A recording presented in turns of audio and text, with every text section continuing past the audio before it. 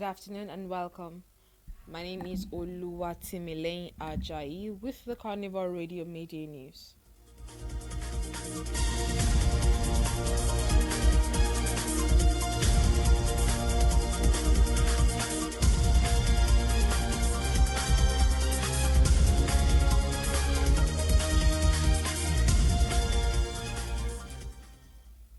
Following organized labor's insistence on downing tools and declaring a nationwide strike if discussions on new national minimum wage are not concluded by May 31st, 2024, the federal government has summoned a meeting of the 37-member tripartite committee on the new national minimum wage (NNMW) for today in a major effort to beat the deadline.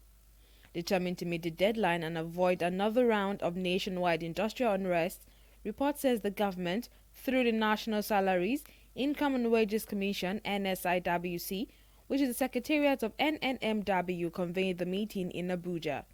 According to the report, the invitation letter to the meeting was signed by the secretary, a member of the tripartite committee NNMW, Ekpo Unta.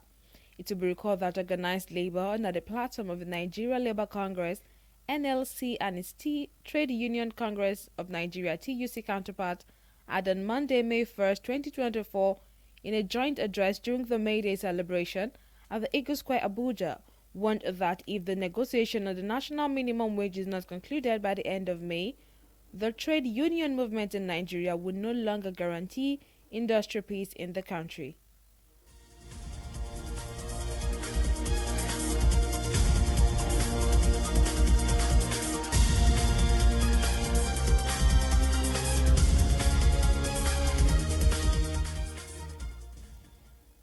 As a relief on the suspension of the controversial 0.5% of the cybersecurity levy on electronic banking transactions, Action Aid Nigeria has hailed President Bola Tinubu for the action.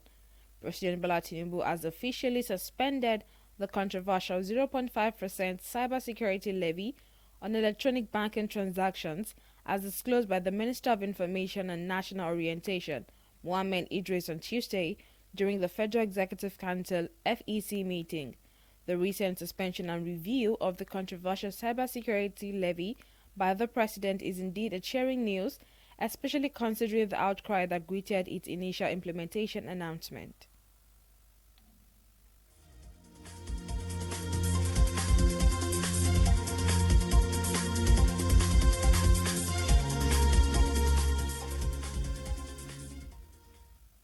Meanwhile, the embattled former governor of Central Bank of Nigeria (CBN), Godwin Emefiele, has pleaded not guilty to the allegation that he unlawfully printed naira notes while he held sway at the Apex Bank.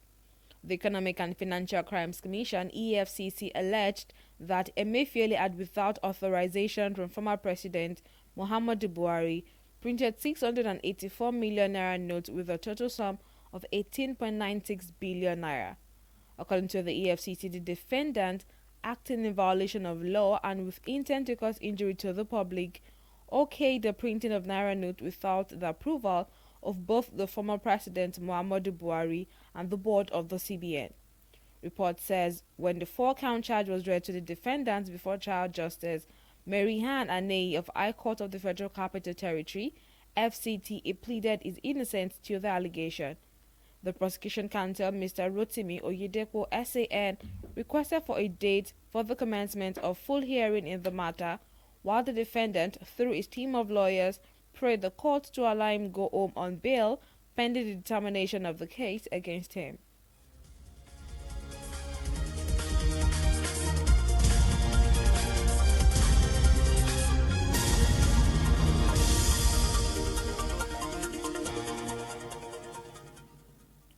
Now talking sport, the West African Football Union WAFUB Under-17 tournament will kick off today in Ghana, showcasing the region's budding football talent.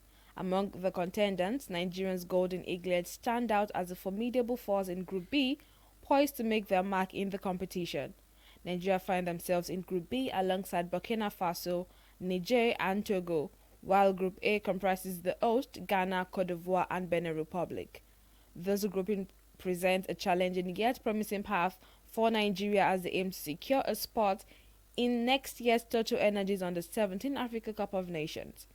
Nigeria's campaign in Group B begins with a crucial encounter against Burkina Faso on Thursday at the University Stadium. Subsequent matches follow as they face Niger on Sunday, May 19 and Togo on Wednesday, May 22. The Golden Eaglets won the last edition of the regional championship in 2022 after beating Burkina Faso 2-1 in the final. Report says this year's competition will run from 15th to 28th of May, and only the top two teams will qualify for the next edition of the African Under-17 Cup of Nations that will take place in 2025.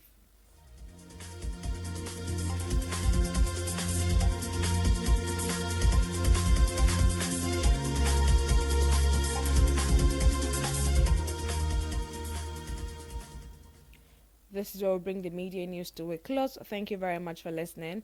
My name remains Oluwatimilei Ajayi. You can download the Carnival Media app from the Google Play Store and the iOS App Store. You can also check out our website at carnivalmedia.ng. Do enjoy your afternoon.